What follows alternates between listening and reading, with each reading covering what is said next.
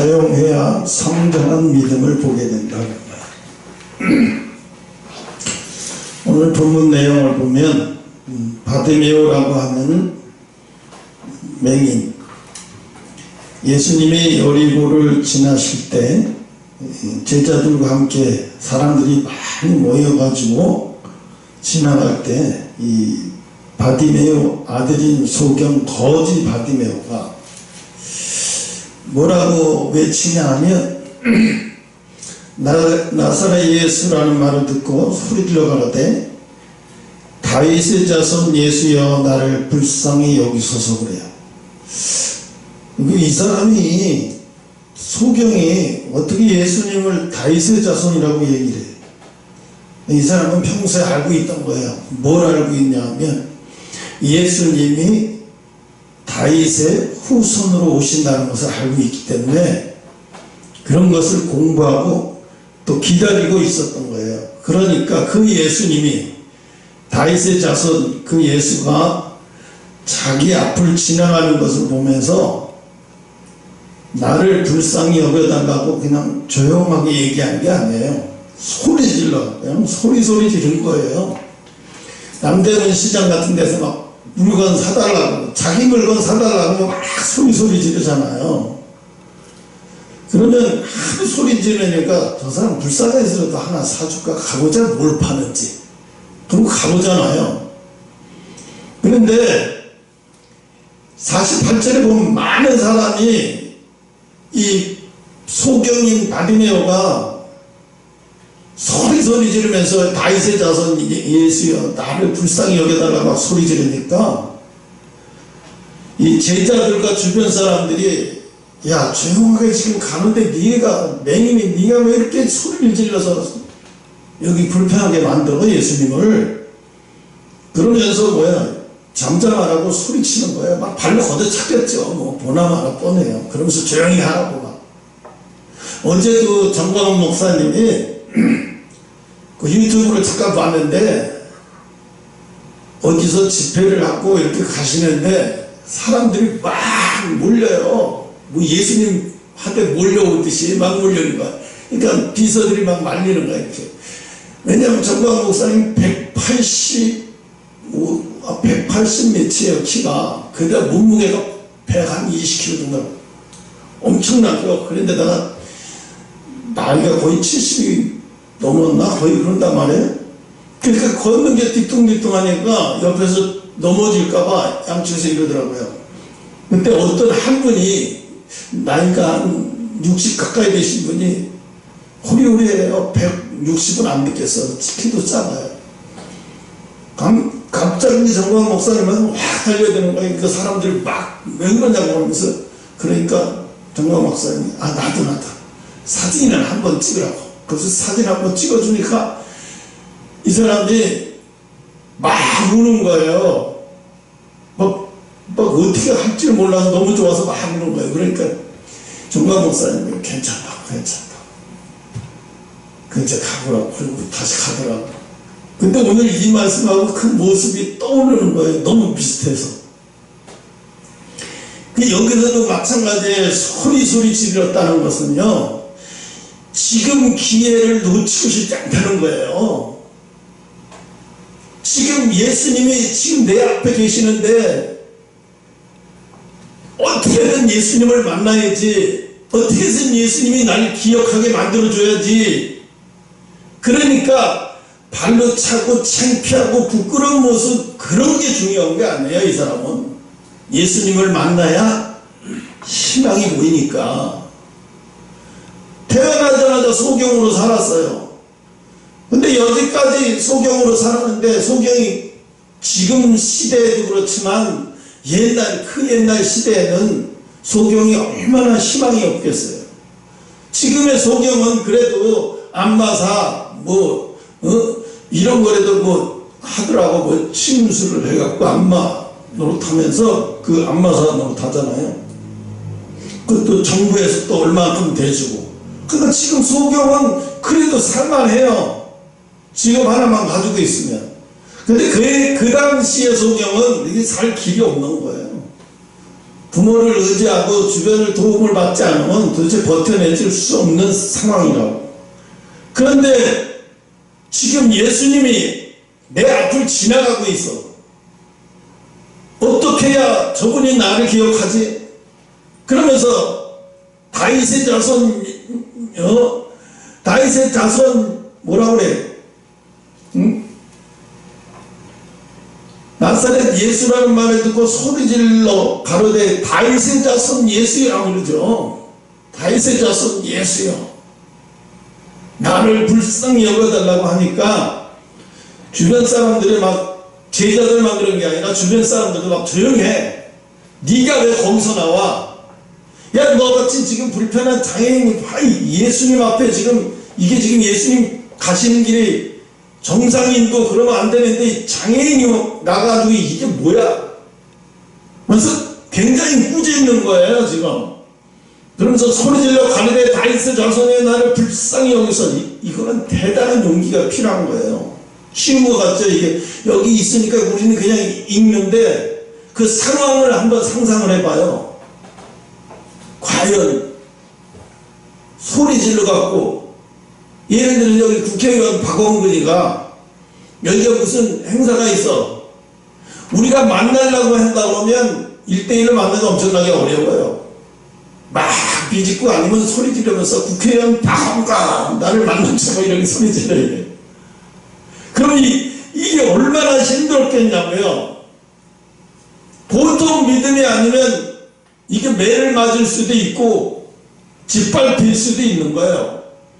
또 이 당시에 사람들이 소경은 거의 사람 취급을 하지 않았기 때문에 네가 뭔데 거기서 소리를 지르고 방해를 하냐고 이 정도 말을 하면 거의 발로 걷어차고 뛰밀고 조용히 해 막 이러고 이렇게 한 거예요. 그런 상태에서도 49절 예수께서 머물러 서서 저를 부르라 하시니 저희가 그 소경을 부르며 이르되 안심하고 일어나라 너를 부르신다. 예수님은 그가 행동하는 것을 본 거예요. 얼마나 간절하게 나를 부르는지. 간절하게 나를 부르는 게 쉬운 게 아니라 막 주변에 장애물들이 막 널려가지고 입 조용히 입 다물게 만들고 막 주변에 시끄럽게 하지마.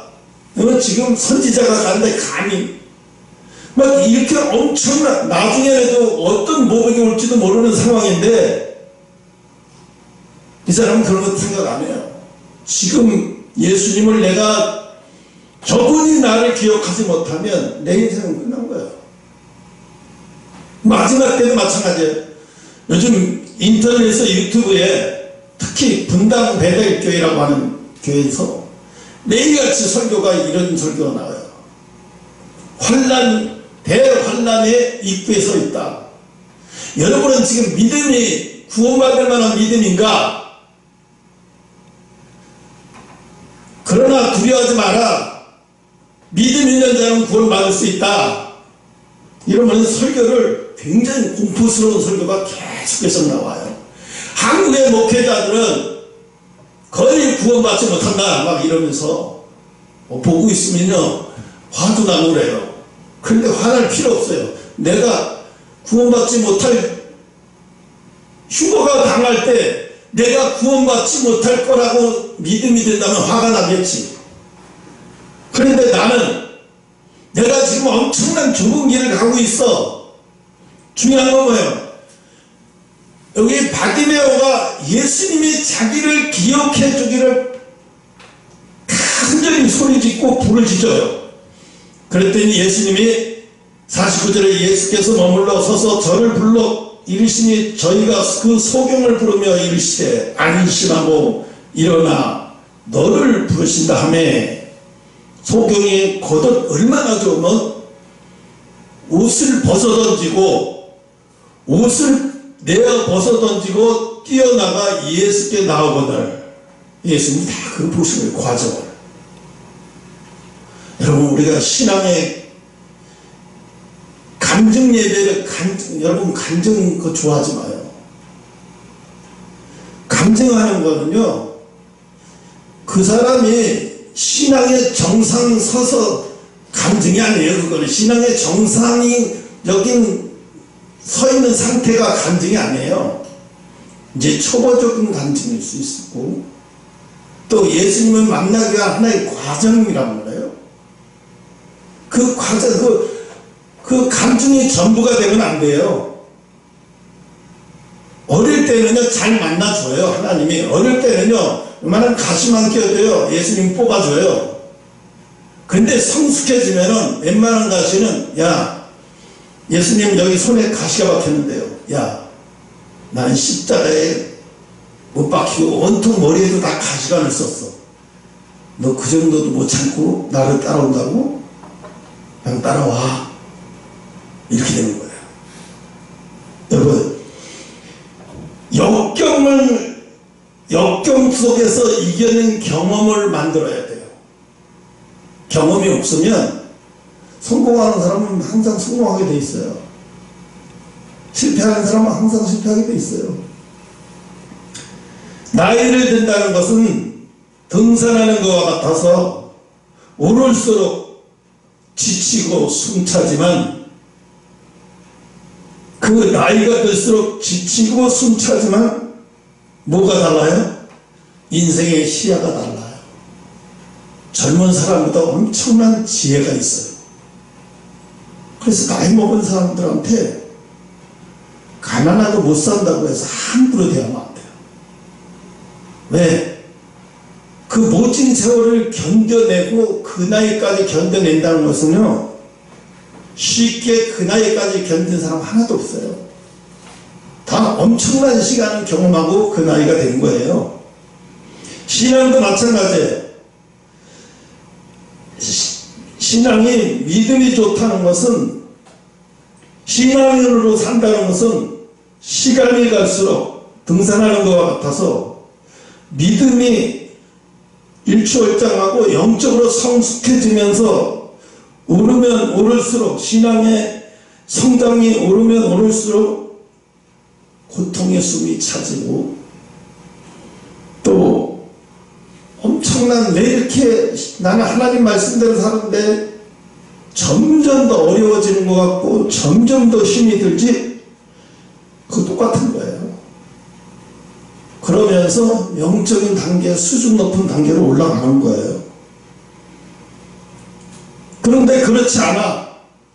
넓은 길로 가도 하나님 이렇게 축복해주고, 내가 하나님 앞에 이런 복을 받았어요, 저런 복을 받았어요. 하나님 앞에 신앙이 똑바로 되지 않았는데 잘 풀리는 것은 저주예요. 그건 하나님이 떠나게 만드는 거예요. 하나님을 개떡같이 섬기고 그냥 종교인으로만 살아가는데 이거 만사형통 잘 풀리네. 이거를 복이라고 생각하지만 이거는 복이 아니라 저주래요, 하나님이. 근데 우리는 그걸 저주인 줄 모르고 나가서 자랑을 해요. 여기 교회 가서 저기 교회 가서 내가 사업이 이렇게 안 됐, 이렇게 잘 됐다. 하나님이 역사해 주셔서 이렇게 잘 됐다.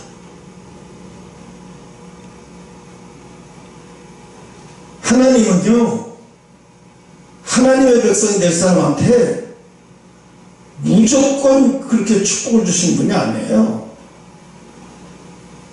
물질의 사명자가 된다는 것은요, 엄청나게 힘든 일이에요. 오늘 나이 든 것처럼, 나이 든 사람이 인생의 등산을 하는 것처럼 막 힘들고 나이 먹었으면 그렇잖아요. 마지막에 하나님 앞에 갈 때 숨이 안 차는 사람 하나도 없어요. 교통사고나 무슨 낙상사고나 이렇게 떨어져서 죽는 사람 외에는, 자연적으로 죽는 사람들을 보면 하나님 앞에 갈 때, 또 죽음에서 이 땅을 완전히 떠나고 영과 육이 분리되는 순간에 얼마나 숨이 차는지 몰라요. 이게 숨이 차가지고, 그런데 이게 있어요. 이 땅에서 집착을 하는 사람은 마지막까지도 그 영적으로 이 땅의 것을 안 놔. 그러니까 숨이, 의사가 1시간, 2시간이면 죽는다고 그러는데 이틀 지나도 안 죽어. 그러니까 전부 다 식구들 다 와서 죽는다고 해갖고 다 와서 임종님 다 드렸는데 하루 지나도 안 죽었네. 에이, 직장 가족들 다 다시 가라. 아니, 요번엔 또 의사가 진짜로 죽는데, 이게 보니까 거의 다 죽게 생겼다고. 진짜 죽는데. 와서, 다시 왔어. 근데 죽긴 뭘 죽어? 숨만 차는데 안 죽어. 나중에 할 수 없어서 그냥 다시 가라. 나중에는 이제 남편이, 자식들 부르지 마라.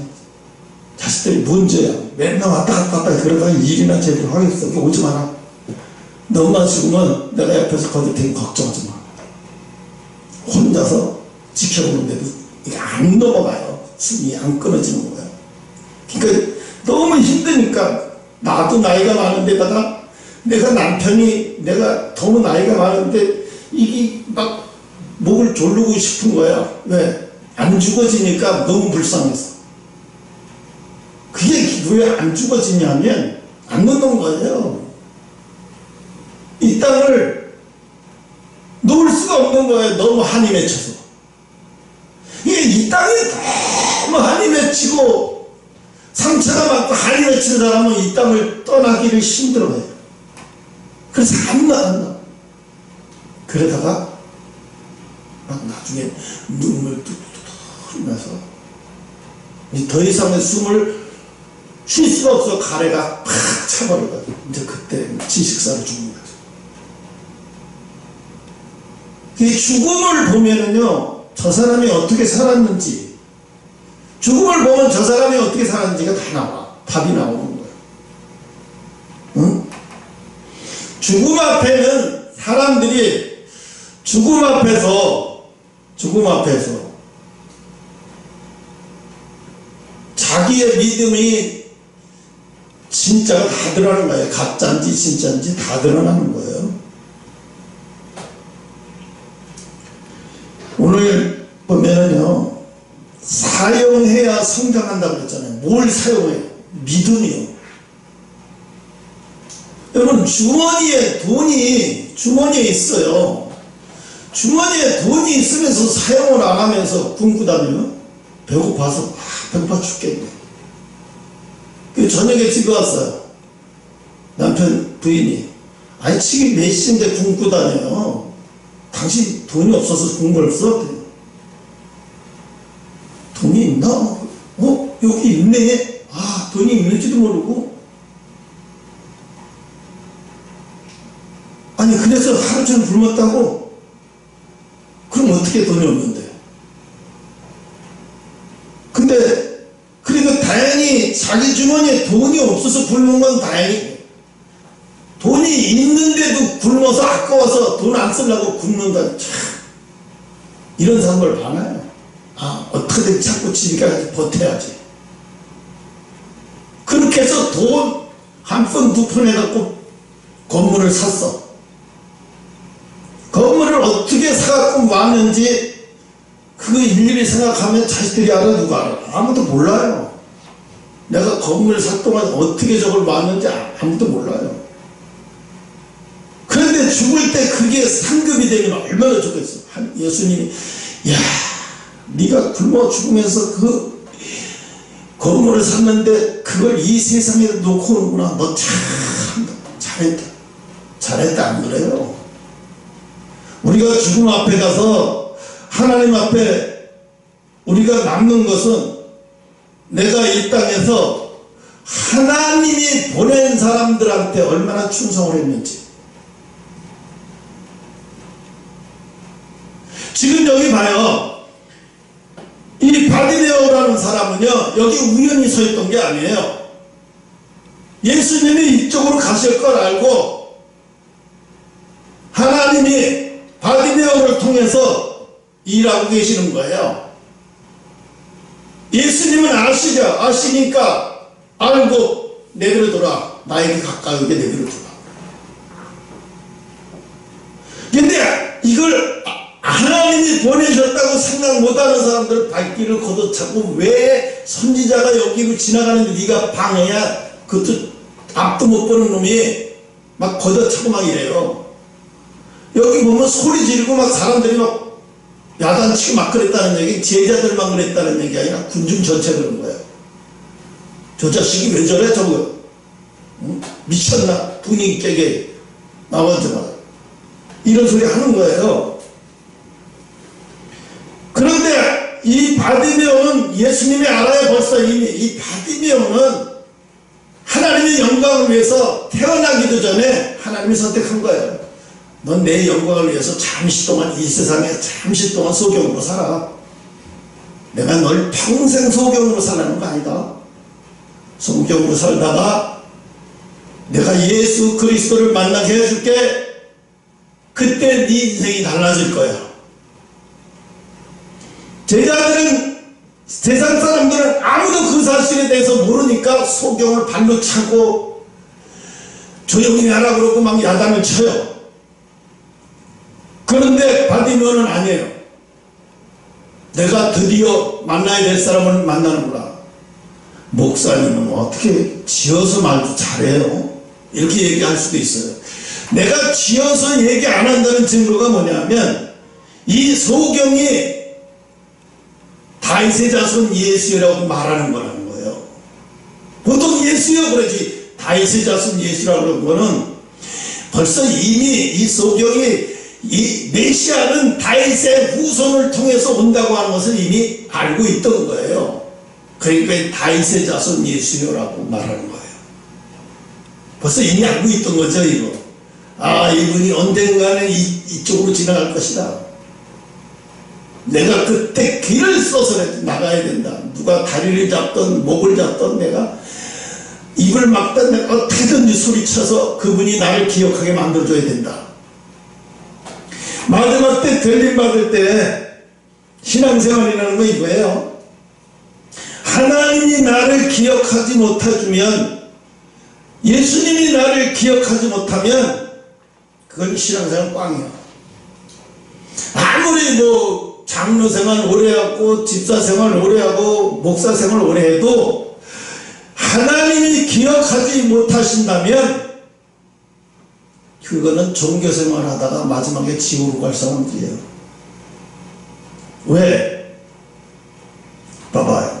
49절 예수여 물러서서 저를 부르라 하시니 저가 소리를 부르며 저가 소경을 부르며 이르되 안심하고 일어나 너를 부른다 하시니 그때 소경의 인생이 완전히 끝장이 안 나요.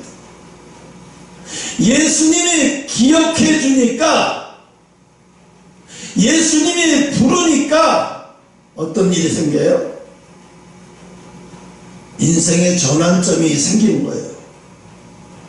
내 인생이 완전히 바뀌는 날이 되어버리는 거예요.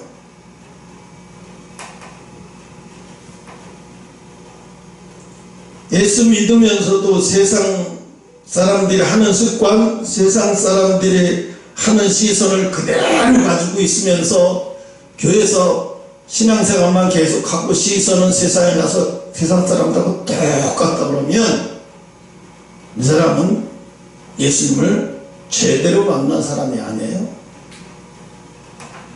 예수님을 제대로 만났다, 예수님을 제대로 만났다 그러면 제일 먼저 알아야 될 게 뭐냐면 내 주변에 하나님이 보낸 사람이 있다는 거예요. 왜 감옥에 가면 예수 믿는 사람들이 그렇게 많을까요?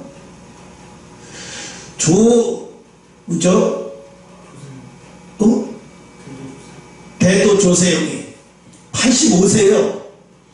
어제도 교도소 갔다 나온 지 한 달 만에 다시 도둑질 하다가 다시 들어갔어요. 아, 지겹다. 지겨워. 85세에 도둑질하고 한 달 만에 다시 들어가. 그 사람이 옛날에 어떻게 했어요? 60대, 65세 때 나와가지고 내가 성경을 내가 통달하고 예수님을 만났고 뭐 그러면서 막 전국을 간증하러 다니면서 그때는 뭐라고 그랬어요? 누구지? 대도 조세영 전도사님이라고 그랬어요. 그리고 어떤 기업을 하는 여자한테, 그 여자한테 주판을 던져가지고 그 여자는 또 이혼하고 딸만 갖고 있는 여자인데 이렇게 세상을 그 사람은 첫눈에 보자마자 반해가지고 결혼했어. 결혼했는데 일본에서 도둑질하다 잡혔다는 소리 듣고 충격을 먹었어. 아니, 마누라가 돈이 필요하면 그 정도는 내가 어떻게 쓰더니 할 텐데 왜 일본까지 가서 도둑질하지? 그래서 일본에 가서 한국인 그 기자가 물어봤어요. 왜 일본에 와서 도둑질을 했냐 했더니 선교비에 보태려고. 선교비가 모자라서 선교비에 보태려고 도둑질을 했대. 이런 사람이 전국에 막 서로 막 그분이 한 3년 동안 끌어먹은 돈이 수십억원 돼요. 왜? 뭐하냐고. 가는 데마다 간증시키려고. 우리 교회 오면 사람이 말을 봐. 대도 조세영이가 우리 저녁 예배에 온대. 와, 이 사람이 새로운 사람이 됐대. 와, 그래갖고 막 단체 목사 안수까지 주고 난리를 쳤어요. 이제 앞으로 교계에게도 큰 사람이 나타날 거다라니 이 사람인가 보다 뭐 난리가 났었어요. 나중에 이분이 감옥에 간 다음에 그 부인이 머리 깎고 절에 들어가서 비구니가 됐어요. 머리 깎고 절에 들어갔어요. 왜? 예수님은 나버리기 다 싫다. 내가 인생을 헛살아서 다 비워. 헛된 거야. 절로 들어가자. 그래서 머리를 다 깎고 있는데 절에 들어가시니까 그렇게 편하더래. 왜? 다 버리니까 편하죠. 신앙도 다 버리고 자식도 다 버리고 모든 인연도 다 버리고 거기 들어가니까 얼마나 좋아요. 편하죠. 돈 걱정할 일이 있어? 뭐가 있어? 오는 사람마다 팍 와가지고 뭐라 하냐면 보살님 하면서 머리 깎고 숙녀보고 입으니까 뭐 엊그제 중이 됐는데도 막 상담하러 오는 사람들이 얼마나 많은지 몰라. 옛날에 기업했다고 하니까 너도 나도 상담하라. 이거 뭐 예수만 길이 아니네. 부처도 길이네. 야, 이렇게 가니까 여기도 길이다. 야. 한번 그분의 인간극장 하는 걸 봤어요. 근데 나중에 아직도 돌아오지 못하는지 모르겠는데 기구하더라고요. 이분이 왜 기구해? 영적으로 분별력 없으면 그렇게 되는 거예요. 영적으로 분별력 없으면 그렇게 되는 거예요. 그러니까 지금 85세 된 조세영이가 그 조세영 목사를 못까지 했어요. 신학교 나왔다고 해서. 그래가지고 막 어떤 교회에서는 부목사로 앉히려고 막 그랬는데 난 부목사로 안 된다고요. 오래는 데 많아서 돈도 모아야 되고 선교를 많이 해야 되기 때문에 안 된다고. 이 사람이 왜 그렇게 돈이 많이 필요했겠어요? 선교하느라고요. 물론 선교단체 선교한다고 막 그러고 다니겠지. 선교만 했겠어요? 아니, 이게 습관이 무서운 거예요. 여러분, 예수님이 밤에 이슬이 왔는데 습관처럼 나가셔서 기도하셨죠. 습관처럼. 기도는 습관이야. 여러분, 기도는 습관이에요. 내가 배가 부른데 느낌이 지금 화장실 가야 될 것 같아요. 그럼 자기도 모르게 화장실 가지는 것처럼 기도는 습관이 돼버려갖고 내가 안 하면 이상한 거야. 기도를 안 하면 이건 이상해. 내가 습관을 안 지키면 있죠, 몸에서 이상 반응이 일어나요. 그 습관대로 안 하면. 그래서 나이 먹어서 얼굴이 펴지고 나이 먹어서 아주 인생이 가진 건 없어도 너무 여유롭게 사는 사람들의 특징이 뭐냐면 좋은 습관을 가진 사람들. 좋은 습관을 가진 사람들이에요. 근데 대개가 뭐 좋은 습관이 아니라 어떤 습관을 가지고 있는지 아세요? 야, 남자가 수저들을 만한 힘만 있어도 여자하고 밤을 새기 원하는 거예요. 이게 남자야. 수저들 힘만 있으면 여자를 품는데 이게 남자야. 근데 여자들은 어떤 줄 알아? 와, 지금 세상에 얼마나 대한민국에 놀 데가 많은지 몰라. 그냥 자기가 그냥 자기 몸뚱이를 이용해서 돈이 될 수 있는 짓은 다 하고 다녀. 제일 무서운 게 동호회예요. 동호회에서 가장 많이 타락을 한대요. 동호회에서, 야, 뚝방에서 자전거 동호회를 봤어요. 근데 보니까 자전거 동호회 40대에서 65세, 70세까지 있어요. 막 거기서 회장님하고 뭐 이런. 또 등산 동호회, 무슨 뭐 낚시 동호회, 이 동호회가 타락의 원상이에요.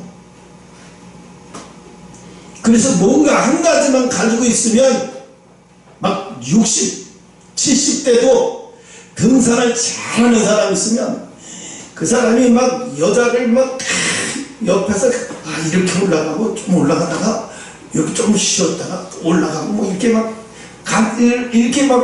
그 사람을 케어해 주는 거예요. 처음에 산을 올라가는 사람은.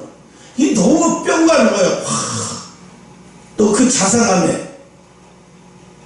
그렇게 몇 번 내려와서 술 먹고 꼭 왜 산에 올라가 내려오다가 그 빈대떡 났는데 그 술 먹고 거기서 망가지는 거예요. 근데 그 사람들은 망가졌다고 생각 안 해요. 아, 오늘도 잘 놀았다. 아, 오늘도 잘 즐겼네. 다음 주에는 또 어디를 가서 이렇게 즐길까. 그러니까 맨날 생각하는 게 뭐냐면 즐길 생각만 하고 있어요. 어떤 분은 자식들이 손주 가는 것도 싫어. 마지막에 내 인생은 왜 그런 데서 써야 돼?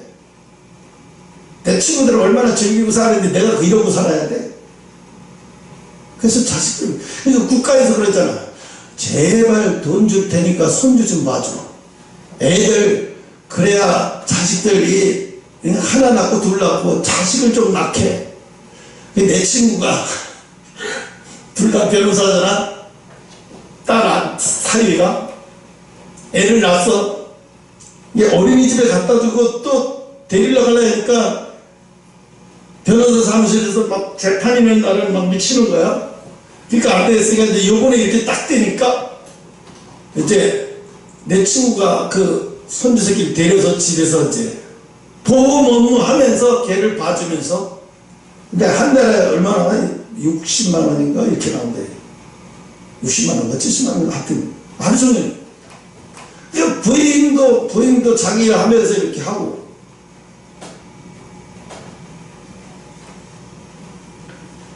근데 뭐 세상 사람들은, 예수 안 믿는 사람들은 그렇게 살다가 그 인생 끝마치는 거예요.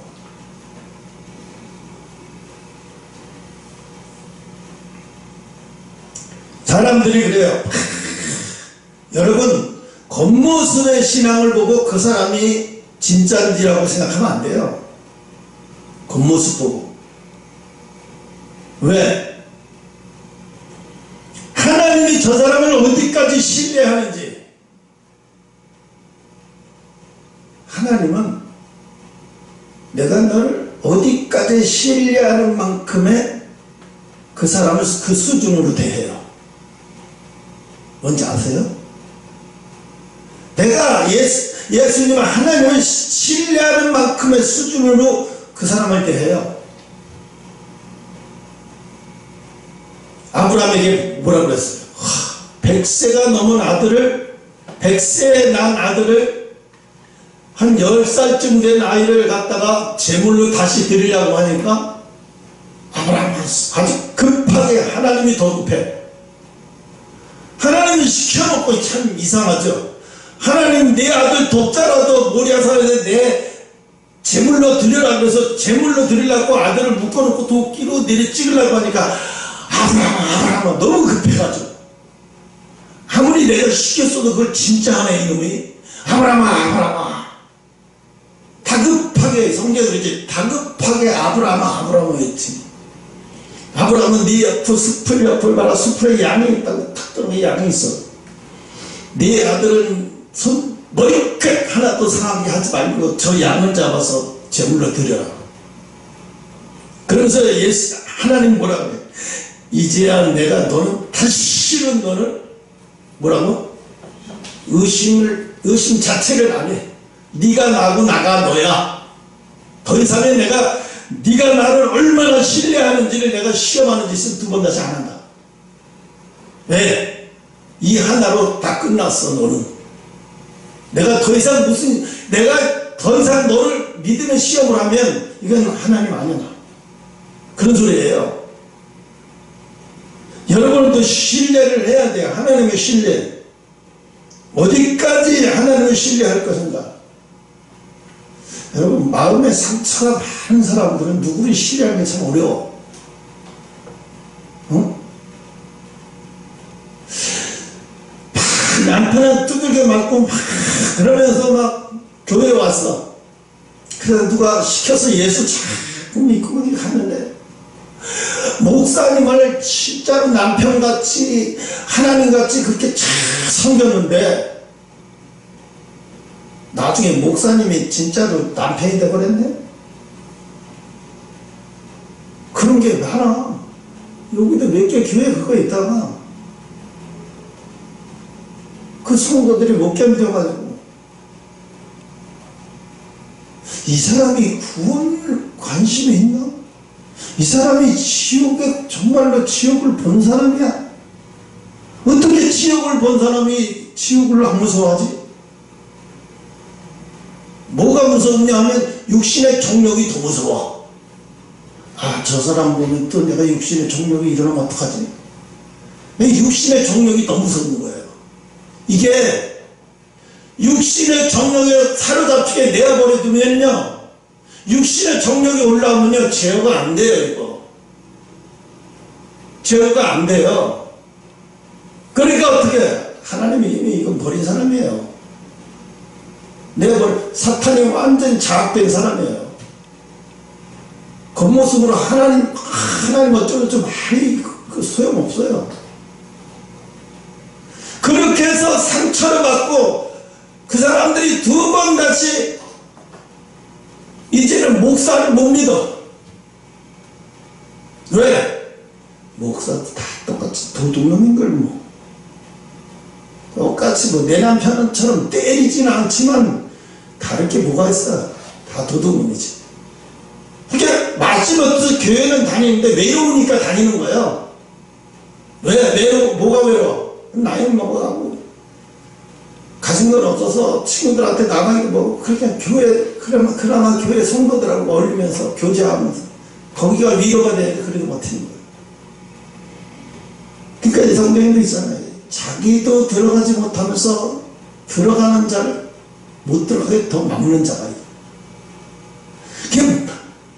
감옥, 천국에 들어가지 못하게 만들기 위한 목사가 있다고요. 그게 다 주의 종이 아니에요. 겉으로는 다 주의 종이죠. 근데 속으로 보면 이 사람은 하나님의 일을 방해하는 자구나. 예수님이 뭐라고 그랬어요? 베드로 보고, 당신을 해하는 자는 내가 가만 안 두겠다고 칼로 그냥 예수님을 잡으러 온 사람한테 칼로 귀를 잘라버리잖아요. 그러니까 예수님이 뭐라 그래요? 칼로 하면 칼로만 간다 이놈아. 그러면서 귀를 다시 붙여줬을 때 너무 웃겼을 것 같아, 그 상황이. 그죠? 그걸 다시 붙여주니까 이게 또 붙어. 얼마나 두려운 일이에요, 이게. 무섭고 두려운 일이에요. 근데 베드로가 뭐라 그래요? 예수님 뭐라 그래요? 이 사단아, 그 뒤로 하시는 말씀 더 무서워. 이 사단아, 내 뒤로 물러가라. 하나님, 내 아버지 일을 방해하는 자, 사단이래요. 엊그제만 해도 수제자로 여겼던 베드로를 사단이라고 말해요. 왜? 내 아버지 일을 넌 지금 방해하고 있잖아. 넌 지금 내 아버지 일을 방해하고 있잖아. 그래서 항상 깨어 있어야 되는 게 뭐냐? 내가 하나님의 일을 방해하지 말아야지. 그럼 목사만 하나님의 일을 방해해? 여러분도 하나님의 일을 방해해요. 뭐가 방해하느냐? 여러분의 회사에서 여러분 주변 사람들이 여러분을 다 예수 믿는지 알아 몰라? 말해봐. 알아 몰라? 알아. 예수 믿는지 아는 사람이 짜증도 더 잘 내고 너그러운 마음도 요만큼도 없고 배려심도 없고 남에게 남을 배려하는 마음, 남을 불쌍히 여기는 마음도 없어요. 그래서 저 사람을 보면 아이고 교회나 다니겠지 뭐 저 사람 같으면 천국 가면 나겠지 나도 천국 간다 이런 소리 나오는 거예요. 여러분 주변에 하나님이 보낸 사람 있어요. 하나님이 보낸 선물에 충성하라. 그럼 뭐야? 하나님 보낸 사람이 누구예요? 여러분 동료, 회사 직원 동료들이에요. 그들을 사랑해주고 그들을 돌봐주고 그게 뭐 지금 월급만큼 우리가 해주는 거지 지금 월급도 못한데 그렇게 해주는 것만 해도 다행이지 이렇게 생각하면 안 돼요. 돈을 누가 벌어다 주는지 아세요? 돈을 사람이 벌어다 줘요. 사람이. 응? 직원들을 두려워하고 사랑하고 위로해 주고 있는가? 하나님 물어요. 네 주변의 직원들을 두려워하고 사랑하고 위로해 주나? 그들을 내가 너에게 보낸 이유는 네가 그들을 사랑해주고 두려워하고 그들한테 항상 실수할까봐 두려워하고 그들을 사랑해주고 위로해주는 걸 보면서 네가 그렇게 훈련이 되면 너는 자동적으로 너는 하나님의 사람이 되는 거야. 그들을 그렇게 보살펴주는 사람이 될 때 너는 자동적으로 하나님의 사람이 되는 거야. 좀 봐요. 요셉이 감옥에 갇혔어요. 죄도 없이. 근데 요셉이 감옥에 갇히고 죄도 없이 감옥에 갇혔는데 요셉 또한 누가 뭐 시킨 사람도 없어요. 근데 막상 감옥에 들어가 보니까 요셉의 눈에 비치는 게 뭐냐?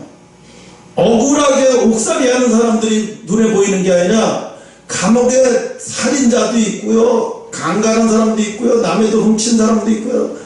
그런 사람들이 감옥에 있는데 죄가 어떻게 졌든 간에 그 사람들이 지금 감옥에서 병에 걸려서 지금 제대로 밥 주는 밥도 못 먹을 정도로 병에 걸려 있어요.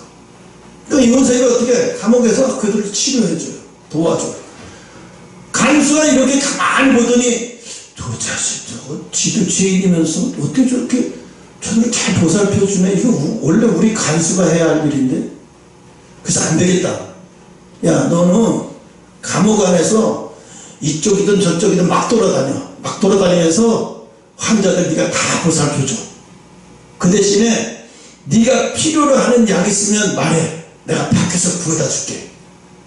그래서 간수가 뭐라고 말하냐면 너는 여기 감옥에만 있지 감옥에서 안에서는 자유야. 마음껏 돌아다니면서 병든 사람들 다 치료해줘.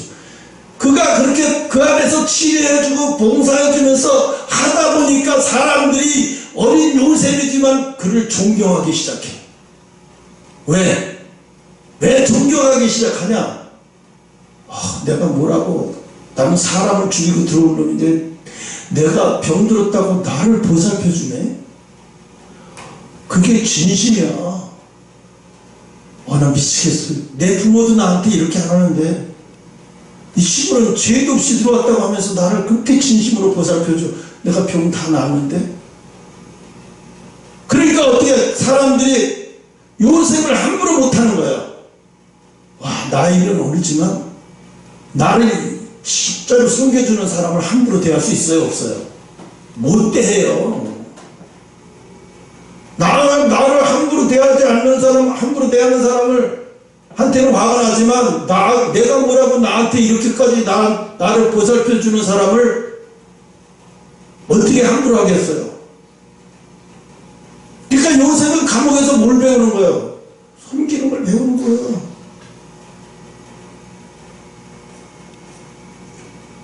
홍옥이도 회사에서 뭘 배워? 군림하는 거 배우지 마라. 네 아버지는 너 골프 치고 차 닦아갖고 골프 치러 다니지 왜 네가 거기서 그런 애들하고 같이 일을 해? 한장 보통 깨질 것 같아. 그리고 사람 몇 명이나 돼요. 호흡으로는 다 날아가요. 호흡으로는 다 날아가요. 네 아버지 말 맞다라 네가 네 아버지 말에 순종하고 골프차 내고 돌아다녀 봐요. 직원들은요 그거 보면서요 허탈감을 느껴요. 아휴 꼴에 이것도 회사하고 골프 치고 돌아다니네. 에이씨 나도 보일 때만 일하는 척하고 안 보이면 일 안 해. 이거 회사 능률 안 올라요. 직원들은 어떨 때 능률이 올려? 이 사장하고 이 친구는 사장하고 완전히 틀리네. 내가 뭐라고 엄청나게 신경을 써. 여러분 회사가 커지려면요 이런 사람이 있어야 돼요. 이런 지도자가 있어야 돼요. 엄청나게 잘 섬기는 거예요. 누가 아픈 사람이 있나? 아픈데 에이 바쁜데 왜 아프고 지랄이야 에이씨 이래버리면 끝나요. 아무리 바빠도 참 바쁘면 바쁜 대로 하는 거지. 빨리 들어가서 약 먹고 1시간이든 30분이든 1시간이든 좀 눈 좀 붙이고 와. 그러면 좀 나아지겠지. 힘이 없으면 가. 그 사람 눈 붙이고 그러면 미안해서는 또 더 열심히 해요. 이게 섬기는 거예요.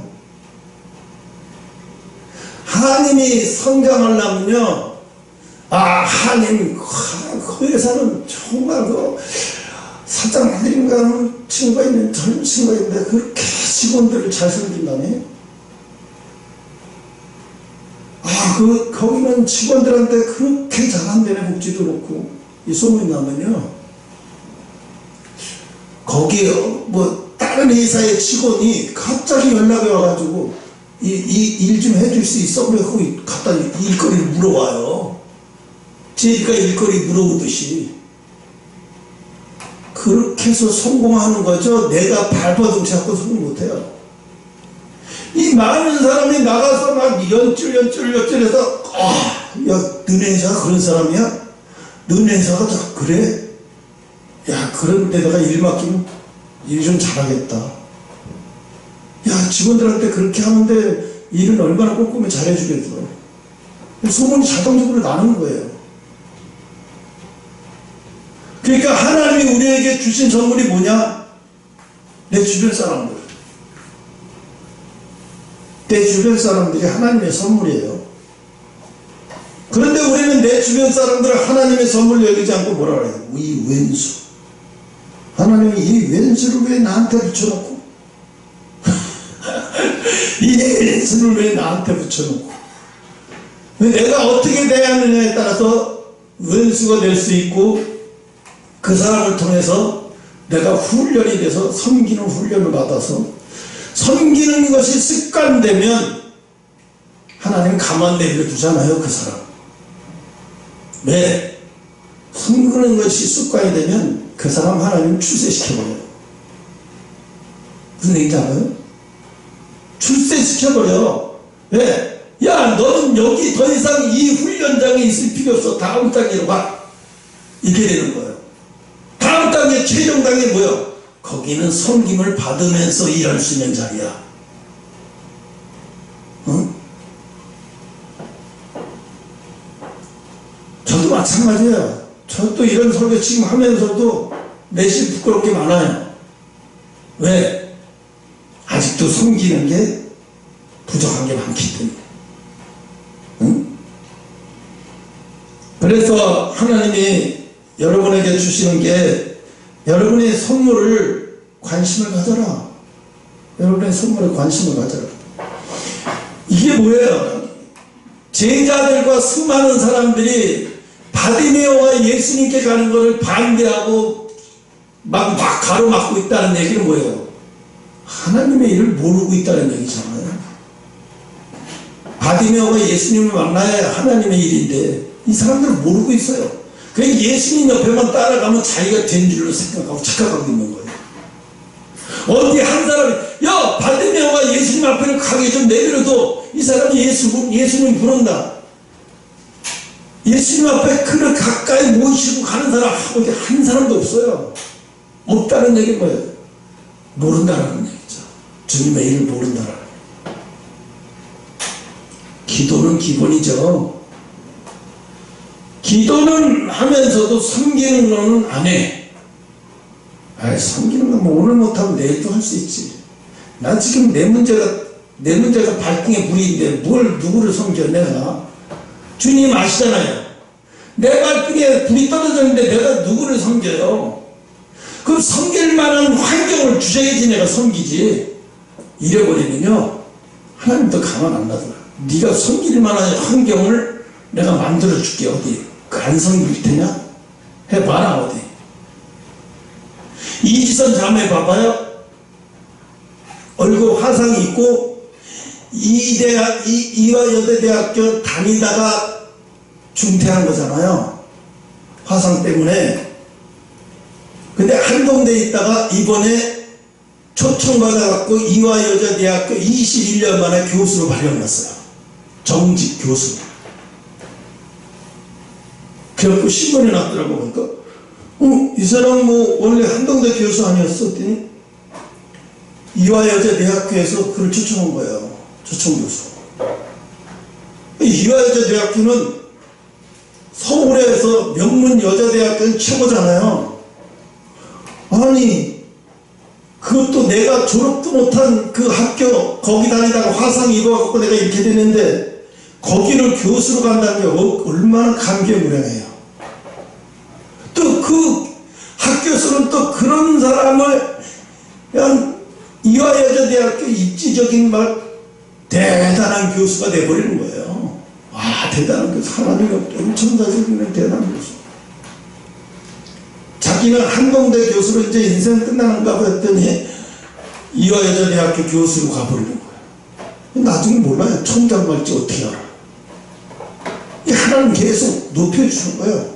잘하니까. 원망 불평. 솔직히 지금도 수술해요. 이게 땡김이. 근데 요즘 노인네들이 특히 여자분들이 땡기는 수술을 많이 해요. 이걸 땡기다 나중에 이마가 여기가 땡기는 어떻게 할 거예요. 땡기면 그 주름이 뭐 땡긴다고 해서 지는 게 아니라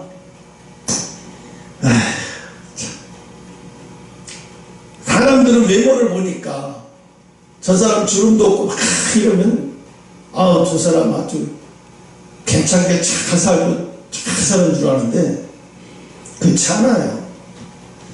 돈 있는 사람이나 돈 없는 사람 똑같아. 이재용 삼성 회장이 물어봤어요. 지금까지 살면서 가장 아쉬운 게 뭐가 있냐 그랬더니 아쉬운 게 딱 하나 있대. 이게 뭐냐고 그랬더니 뭐 기업을 초인류 기업으로 뭐 더 키우고 싶다 막 이런 얘기 나올 줄 알았는데 그게 아니라 내가 여러 회사 이렇게 다니면서 가보니까 꼭 필요한 걸 배우지 못했다는 게 들더래. 내가 지금 외국어를 2개 한대. 일본어, 영어. 근데 지금 내가 대학교 학생이라면 불어를 배우고 싶고 네덜란드어를 배우고 싶다는 거야. 이 불어와 네덜란드어를 배우면 이런 반도체 장비 같은 거 이런 것 기초는 다 네덜란드어가 꼭 잡고 있잖아요.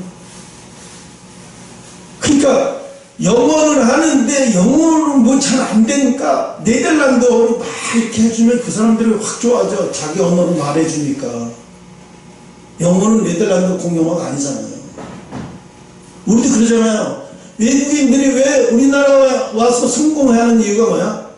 한국말을 빨리 배워갖고 막 한국 농어촌 무슨 뭐 내 고향 6시 이런 데 가서 막 개 잡고 뭐 잡고 막 이렇게 한국말로 말하면서 이게 너무 재밌는 거야. 근데 성공하죠. 아, 저 사람이 한국에 와서 그 유럽에 잘 사는 선진국에서 한국에 와서 한국말을 배워가지고 막 갯벌도 나고 막 저렇게 하네. 이게 너무 재밌는 거야, 그게. 그래서 이재용 회장이 그 말을 해요. 내가 젊었다면 외국어를 더 시킬 거야. 더 배웠을 거야. 그래서 자기 딸한테 너 배울 수 있으면 외국어를 좀 더 배워라. 뭐 등수를 많이 하는 거 말고 외국어를 여러 개 외국어를 많이. 그래서 딸은 수재하네. 그래서 자기가 생각으로 한 7개 나라어를 하게 만든다는 게 목적이에요. 네, 그러면 삼성의 최고의직에서 비즈니스 할 때 러시아어는 러시아 사람하고 러시아어로 대화하고, 네덜란드 사람은 네덜란드어로 대화하고, 파리 사람은 파리어로 대화하고. 그러니까 얼마나 좋겠어. 그 사람들 입장에서는 야, 삼성이 이 사람 영어로 해도 될 텐데 네덜란드어로 하네? 이게 무조건 먹고 들어가요.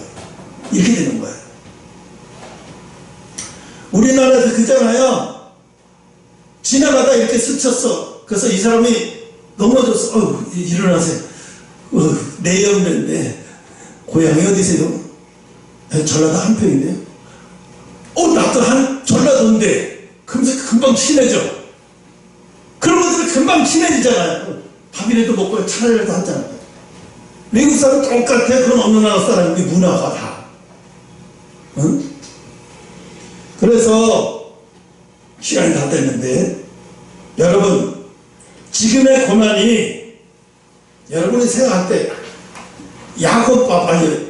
요셉 봐봐요. 그 10년 동안의 고난이 사명이 되잖아요. 나중에 애굽의 총리가 돼서 어마어마한 일을 하는 사명자가 되잖아요. 사명자가 빨리 되고 싶지 않으면 계속 여러분대로 살아요. 빨리 하나님 앞에 내가 쓰임받고 싶고 하나님이 너 여기 가라 빨리 쓰임받고 싶다면 지금의 여러분의 고난과 고통을 사명으로 만들어버려. 사명으로 만드는 거는 뭐야? 내가 섬기는 습관을 내 몸에 배게 만드는 거다. 미국 사람들이 한국에 와서 놀라는 게 뭐냐면 지갑이 떨어져도 아무도 죽지도 않고 막 그냥 지나다녀. 어떤 대학 할머니, 나이 드신 분이 할머니가 그 지갑을 주웠어. 어디로 가버리니까 아이, 그렇지. 대한민국 뭐 뵐 수 있어? 지갑 떨어지면 다 가지고 숨기지. 그러니까 나중에 할머니를 찾아보니까 할머니가 파주소에 갖다 주는 거죠. 한국 사람들은 습관이 된 거예요, 이게 습관이. 여러분, 카페에서, 스터디 카페에서 노트북 놔두고 화장실 갔다 와도 그들이 있잖아요. 미국 같으면 얼굴도 없어요. 금방 다 집어가죠. 그래서 우리는요, 이게 습관이 되어버리니까, 그냥 습관이 되어버려서 저기 있어도 저거 남의 건데 저 화장실 갔겠지. 이게, 그리고 이제 카메라가 다 있으니까 그걸 가져가려니 마음속에 아예 생각도 안 해버려. 근데 외국은 안 그래. 카메라가 있든지 말든지 소용없어요. 집어가면 못 찾아야 끝나는 거예요. 그리고 경찰이 잃어버린 노트북 찾아주려고 신경도 안 써요. 끝까지 노트북을 찾아줘야 내가 그런 일을 하려고 내가 경찰에 줄 알아? 이렇게 얘기하죠. 아무튼 오늘 이 말씀을 통해서 믿음을 결국은 뭐냐면 믿음을 사용해서 성장시켜서 믿음이 주는 복을 누리라 이거예요. 믿음을 그냥 가만히 있으면 성장 안 돼요. 사용해야 돼요. 믿음을 사용하는 게 얼마나 힘드냐? 굉장히 두 마음으로 싸워야 돼요. 굉장히 두 마음으로 싸워요. 이 두 마음으로 싸울 때 내가 하나님 편에 쓸 거냐? 이게 하나님 뜻이라는 거 잘 알아요. 알면서도 뜻이 그렇지. 나는 그렇게 못 살아.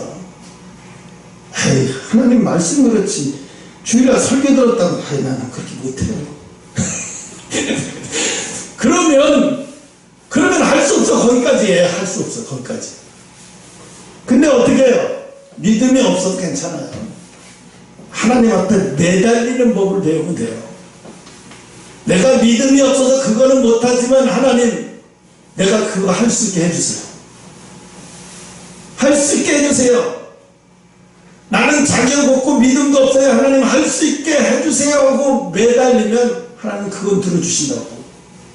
그걸 들어주신다고. 믿음 없다고 에이 그럼 난 안 되겠네 포기하지 말라고. 포기는 김장할 때만 쓰는 거예요. 자, 마치고 기도합시다.